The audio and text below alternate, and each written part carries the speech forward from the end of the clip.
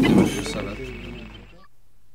Bonjour, nous allons parler aujourd'hui des états d'âme, des émotions, ou de ce qu'on ressent, avec un verset d'un psaume, le verset 28 du psaume 119, que je lis ici, et qui montre que les états d'âme ont une origine très précise. Verset 28, mon âme de tristesse se fond en larmes, affermis-moi selon ta parole.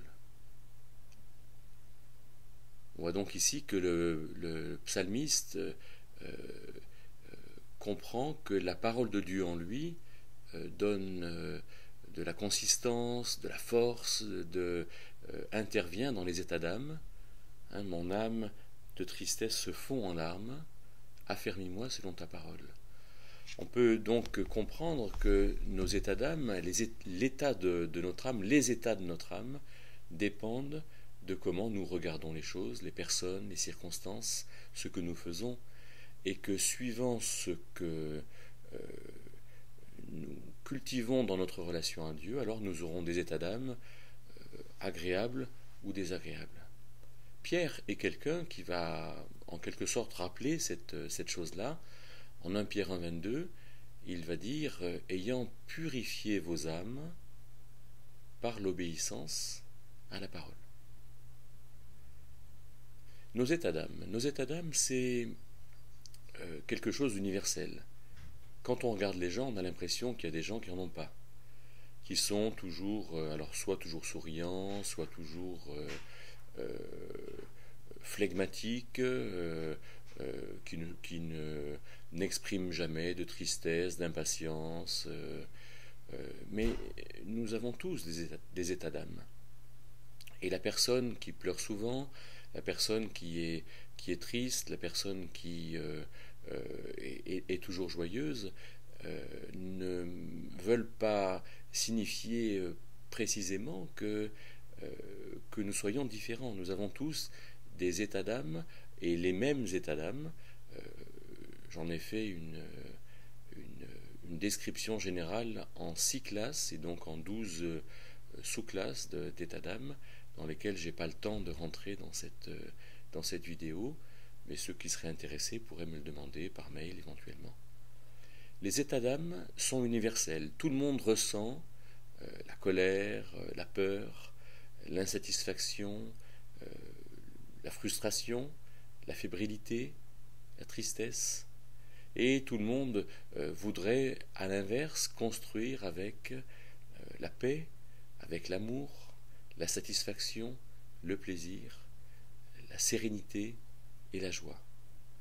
Et ces états d'âme sont universels, c'est-à-dire que notre bonheur est construit en fonction de ce que nous trouverons d'agréable et ce que nous ne cultiverons pas de désagréable. Alors ces états d'âme sont des tableaux de bord. Ces états d'âme sont des tableaux de bord que Dieu a mis en nous pour que nous puissions savoir ce que nous vivons par notre ressenti. Un peu comme le tableau de bord d'une voiture, où le voyant d'huile montre qu'il n'y a pas assez d'huile dans le moteur, ou le voyant du four montre que le four n'est pas encore arrivé à la bonne température, etc. Et donc, il ne nous viendrait pas l'idée d'enlever ces tableaux de bord, parce qu'ils sont utiles. Non, on va tenir compte des tableaux de bord, et de ce fait, puisque les émotions, les états d'âme sont les tableaux de bord, alors nous avons à vivre nos émotions douloureuses de manière complète. Quand je suis en colère, je suis en colère.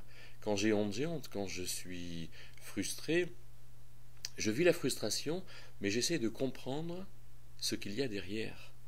Le psalmiste dit « Affermis-moi selon ta parole ». C'est-à-dire qu'il y a une manière de faire qui produit la frustration. Quand on est frustré, c'est parce qu'on est contraint de faire quelque chose. Si je vais à l'église étant contraint, je vais y aller en traînant les pieds et je vais être frustré. Si je vais dire bonjour à mon voisin étant contraint, je vais être frustré. Si je travaille en étant contraint, en disant oh là là, il faut que j'aille travailler, c'est lundi matin, je nourris en moi la frustration. Inversement, si mon cap est de vivre une bonne relation et l'amour entre les gens, alors je vais, moi, travailler à une relation dans laquelle il y a de l'amour, à une vraie relation, à une vraie communication avec les gens, et de ce fait, je vais ressentir des bonnes choses. Si je vais vers quelqu'un en disant oh là là, quel dommage que je sois obligé de rencontrer ce naze, c'est sûr que je ne pourrai pas ressentir de bonnes choses. Mes états d'âme sont donc des tableaux de bord desquels je, je suis appelé à tenir compte et de fait à prendre soin de ce que je pense. Mais mes états d'âme sont aussi un élément de communication. Tout ce que je rayonne en moi, ce sont mes états d'âme. On discerne par les états d'âme si quelqu'un est heureux ou triste, si quelqu'un est satisfait ou insatisfait, si quelqu'un est timide ou au contraire dans l'amour, si quelqu'un est en colère ou paisible. Et les états d'âme me renseignent comme renseignent les autres.